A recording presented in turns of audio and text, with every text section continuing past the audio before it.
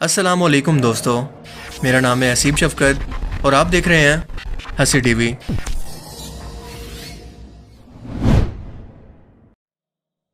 दुनिया भर में जब भी कोई इंटरनेशनल इवेंट होता है तो वहाँ पर हर कौम, नस्ल और मज़हब के लोग दुनिया भर से शामिल होते हैं और इसको ऑर्गेनाइज करवाने वाले मुल्क को इससे अच्छी खासी आमदनी होती है। लिहाजा इन टूरिस्ट की ज़रूरियात को मद्देनज़र रखते हुए इन्हें खुश करने के लिए अपने मुल्क या कल्चर के अंदर कोई भी बदलाव करना ये मुल्क कोई ऐब नहीं समझते। मुस्लिम अरब दुनिया की मिसाल लें तो इस वक्त सऊदी अरेबिया इसकी सबसे अच्छी मिसाल है, जिसे हर गुजरते वक्त के साथ वेस्टर्न कल्चर के अंदर बदला जा रहा है। पर सलाम है कतर को, जिसने पूरी दुनिया के प्रेशर को ना सिर्फ बर्दाश्त किया बल्कि पूरी दुनिया को यह पैगाम दिया कि हम सिर्फ 28 दिनों के लिए फुटबॉल वर्ल्ड कप फीफा के इवेंट के लिए अपने मजहब और कल्चर के अंदर कोई बदलाव नहीं करेंगे। वेस्टर्न कल्चर की तरह किसी भी किस्म के टाइट और वल्गर किस्म के लिबास पहनने की इजाजत नहीं होगी। कोई भी शख्स यहाँ पर शराब का इस्तेमाल नहीं कर सकता, कोई हम जिन्स परस्त अपना झंडा नहीं लहराएगा और ना ही कोई ऐसी हरकत करेगा जो कि इस्लाम और हमारे कानून के खिलाफ हो। अगर ये सब कानून कबूल हैं तो कोई भी शख्स इसे देखने के लिए हमारे मुल्क के अंदर आ सकता है, वरना हमें किसी की ज़रूरत नहीं। और हमें इस बात से भी कोई फ़र्क नहीं पड़ता कि हमारा मुआशी तौर पर नुकसान होगा, क्योंकि इस वर्ल्ड कप के इंतज़ाम पर अब तक हम $229 बिलियन लगा चुके हैं। इतना ज़्यादा पैसा जितना दुनिया के कई तरक्की याफ्ता मुल्कों की टोटल GDP भी नहीं है। पूरी वेस्टर्न दुनिया ये सुन ले कि हम अपने मजहबी कानून पर किसी भी तरह का कोई भी कंप्रोमाइज़ नहीं करेंगे। कतर में कुछ मखसूस बार्स पर अल्कोहल वैसे तो गैर मुस्लिमों के लिए दस्तयाब होती है, लेकिन इसे पब्लिक के अंदर पीना अलाउ नहीं। इस वर्ल्ड कप में भी इस कानून को 10 लाख लोगों के कहने पर भी नहीं बदला गया, हालांकि कतर की खुद की टोटल आबादी 30 लाख भी नहीं है। इतनी बड़ी अमाउंट के साथ कतर का ये वर्ल्ड कप अब तक दुनिया का ऑर्गेनाइज किया जाने वाला सबसे महंगा तरीन इवेंट होगा, क्योंकि इससे पहले दुनिया के अंदर जितने भी फीफा वर्ल्ड कप ऑर्गेनाइज करवाए गए, अगर उनका टोटल का बजट निकालें तो वो सब मिलकर भी कतर के $229 बिलियन के बराबर नहीं बनता।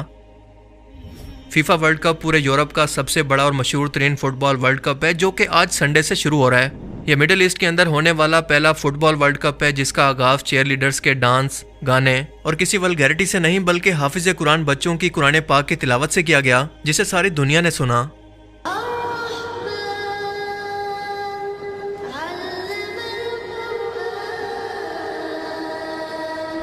इस वर्ल्ड कप के अंदर 32 टीमें हिस्सा ले रही हैं और 2010 के अंदर जब कतर के पास इस वर्ल्ड कप को होस्ट करने के लिए राइट्स आए तो पूरी दुनिया हैरान थी कि इतना छोटा सा मुल्क इतने बड़े इवेंट को कैसे ऑर्गेनाइज करेगा, जिसकी आबादी पाकिस्तान के शहर फैसलाबाद से भी कम है। मगर देखते ही देखते इस 12 साल के अरसे के अंदर कतर ने नए फुटबॉल स्टेडियम्स के साथ साथ एक पूरा नया शहरी बसा दिया और 8 नए स्टेडियम बनाकर कई नए roads, metro station, international airport और होटल समेत देखते ही देखते कई बड़े प्रोजेक्ट्स को मुकम्मल कर लिया, ताकि लाखों शायकीन के रहने, खाने पीने और कतर में घूमने का बंदोबस्त हो सके।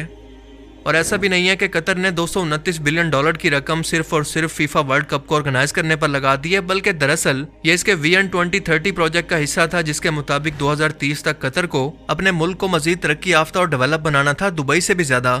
ताकि बाहर से आने वाले टूरिस्ट अपना कल्चर इनको ना सिखाएं बल्कि इनके इस्लामी कल्चर को सीख कर पूरी दुनिया में इस्लाम का असल चेहरा पेश करें। सो अगर हम ये कहें कि कतर इस वक्त पूरी मुस्लिम दुनिया को रिप्रेजेंट कर रहा है तो ये कहना गलत नहीं होगा।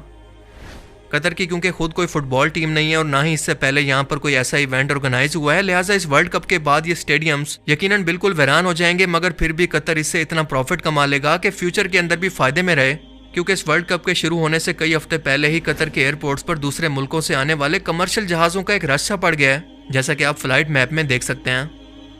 दुनिया भर से फुटबॉल के लाखों फैंस, बिजनेस कम्युनिटीज और टूरिस्ट कतर पहुंच रहे हैं, लिहाजा इस टूरिज्म और वर्ल्ड कप से कतर को अरबों डॉलर का फायदा पहुंचेगा। सिर्फ फुटबॉल फैंस ही नहीं बल्कि 5 अरब लोग टेलीविजन की स्क्रीन पर और सोशल मीडिया पर कतर और इस्लाम की सकाफत को लाइव देखेंगे और इन तक इस्लाम का असल चेहरा पहुंच सकेगा, जिसे इंटरनेशनल मीडिया ने सिर्फ और सिर्फ खौफ और दहशतगर्दी से जोड़ रखा है। और बिल्कुल यही वजह है कि कतर को इस वक्त अमेरिकन और यूरोपियन मुल्कों की तरफ से बहुत सी कंट्रोवर्सीज का सामना है। तरह तरह के ओथे अचकंडों से इसे बदनाम करने की कोशिश की जा रही है कि यहाँ के इस्लामी कानून बहुत ही सख्त और हत्ता के इंसानी हकूक के भी खिलाफ हैं, क्योंकि यहाँ पर लोगों को अपनी मर्जी से घूमने फिरने की आज़ादी नहीं, उन्हें आज़ादी नहीं कि वो अपनी मर्जी का लिबास पहने। इससे बड़ी हिपोक्रेसी वेस्टर्न दुनिया की भला क्या हो सकती है कि ये खुद कहते हैं कि हर शख्स को हमारे मुल्क के रूल्स रेगुलेशन को फॉलो करना और इसकी रिस्पेक्ट करना लाजमी है। हमारी मर्जी है कि हम अपने मुल्क के लिए जो मर्जी कानून बनाएं, किसी और मुल्क को ये इख्तियार नहीं कि इसमें किसी भी तरह की मदाखलत करे। लेकिन जब किसी मुस्लिम मुल्क की बारी आती है तो इन्हें इस बात पर अच्छी खासी तकलीफ शुरू हो जाती है, जिसकी सबसे अच्छी मिसाल है फ्रांस। आप जानते हैं कि फ्रांस के अंदर मुसलमानों के साथ क्या कुछ नहीं हुआ। वहाँ पर बुरके को बैन कर दिया गया, मुसलमानों को मजहबी तौर पर हरासमेंट का सामना करना पड़ा, लेकिन फ्रांस की हुकूमत का कहना था कि यह हमारे मुल्क के कानून है, किसी भी और मुल्क को इस पर बात करने का इख्तियार नहीं। लेकिन यही मुल्क अपने एक मैगजीन के अंदर बाकायदा दाढ़ियों वाले मुसलमान दिखाकर, जिन्होंने कंधों पर बंदूकें पहन रखी हैं, ये दिखाने की कोशिश कर रहे हैं कि ये वैशी मुसलमान अब वर्ल्ड कप को होस्ट कर रहे हैं, जिनका काम ही है बस मार काट करना। आप देख सकते हैं कि ये मुसलमान जिन्होंने हथियार उठा रखे हैं, कतर की शर्ट्स पहने एक सराह के अंदर खड़े हैं।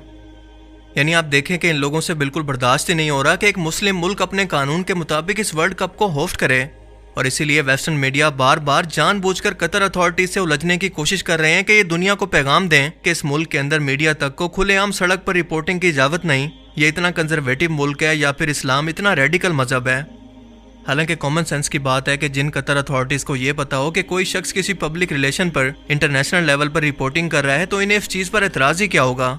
क्योंकि एतराज़ है सिर्फ और सिर्फ इस्लामोफोबिया। वेस्टर्न मुल्कों को ये आदत पड़ चुकी थी कि वो मुसलमानों को जाहिल और खुद से कमतर समझते आ रहे थे, इन पर हर तरह से अपने रूल्स रेगुलेशन जबरदस्ती मनवाया करते। मगर अब जबकि कोई इस्लामी मुल्क पहली बार इनके सामने वाली लाइन के अंदर आंखों में आंखें डालकर खड़ा हुआ है, तो इनसे ये कैसे बर्दाश्त होगा।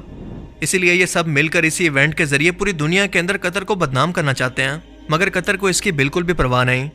वो दुनिया भर से आने वाले लोगों को इस्लाम और अल्लाह का पैगाम देना चाहता है, और यही वजह है कि पूरे दोहा शहर के अंदर जगह जगह पर रसूलुल्लाह की अहादीस और कुरान की तालीमात अरबी और इंग्लिश जबान के अंदर बैनर्स की सूरत में लगा दी गई हैं। होमोसेक्सुअलिटी से मुतल्लिक जब कतर के अमीर से ये सवाल किया गया कि क्या जर्मनी के होमोसेक्सुअल लोग या कपल्स क्या कतर में इस इवेंट को देखने के लिए आ सकते हैं या वो अपने घरों में बैठे हैं। बेसिकली इस सवाल के जरिए मीडिया ने कतर को ट्रिक करने की कोशिश की ताकि दुनिया के अंदर यह तासुर जाए कि इस्लाम इतना कंजर्वेटिव है कि अपने अलावा किसी और कल्चर को एक्सेप्ट ही नहीं करता। मगर कतर के अमीर ने इसका बहुत अच्छा जवाब दिया कि हम किसी को भी अपने मुल्क के अंदर आने से नहीं रोकते, बस सिर्फ शर्त यह है कि जिस तरह से आप बाकी दुनिया के कल्चर की रिस्पेक्ट करते हैं, बिल्कुल इसी तरह से हमारे कल्चर की भी करें। आप लोग खुद सोचें कि इसके अंदर ऐसी कौन सी पाबंदी है या ऐसा कौन सा मुश्किल काम है जिस पर वेस्टर्न दुनिया को एतराज़ है। एक तरफ कतर जैसा छोटा सा इस्लामी मुल्क गैर मुस्लिम दुनिया को यह पैगाम दे रहा है कि हमारे इस्लामी कानून की पाबंदी करो, किसी भी होमोसेक्सुअल को यहाँ पर कोई आज़ादी नहीं, तो दूसरी तरफ 24 करोड़ आबादी वाले मुस्लिम मुल्क में जॉयलैंड जैसी वल्गर और बेहुदा किस्म की फिल्म को बनाकर सोसाइटी को तबाह किया जा रहा है, जिसके अंदर यह दिखाया जाता है कि एक ट्रांससेक्सुअल मर्द यानी एक असली मर्द ऑपरेशन के जरिए खुद को एक औरत के अंदर बदलता है और एक शादीशुदा मर्द इसके प्यार के चक्कर के अंदर पड़कर इसके पीछे अपना सब कुछ छोड़ देता है। और यही नहीं बल्कि ये लोग इस फिल्म को ऑस्कर के लिए भी नामजद करना चाहते हैं कि सिर्फ पाकिस्तान नहीं बल्कि पूरी दुनिया के अंदर ये ऐसे कौम लूत की नुमाइंदगी करें जैसे पहले इनके कानून को पास करके इन्हें कानूनी हैसियत दे चुके हैं। कितनी शर्म का मकाम है हमारे लिए। क्या ये इस्लाम पाकिस्तान दुनिया के सामने पेश करेगा? वैसे तो हम अरब दुनिया की अयाशियों और गलतियों को हाईलाइट करते रहते हैं, लेकिन साथ साथ कतर से इख्तलाफात के बावजूद जो कि इसने मुस्लिम मुल्कों पर हमले के अंदर नेटो इत्तेहाद का साथ दिया, कतर को हम इस अच्छे इनिशिएटिव पर अप्रिशिएट करते हुए ये ज़रूर कहेंगे कि वेल डन कतर। बाकी आप इस बारे में क्या सोचते हैं, अपनी कीमती राय का इजहार कमेंट सेक्शन में ज़रूर करें। अब मैं मिलूंगा आपसे एक ऐसी ही नई इंटरेस्टिंग वीडियो में, तब तक के लिए अपना बहुत सा ख्याल रखिएगा। Thanks for watching this video. Allah हाफिज़।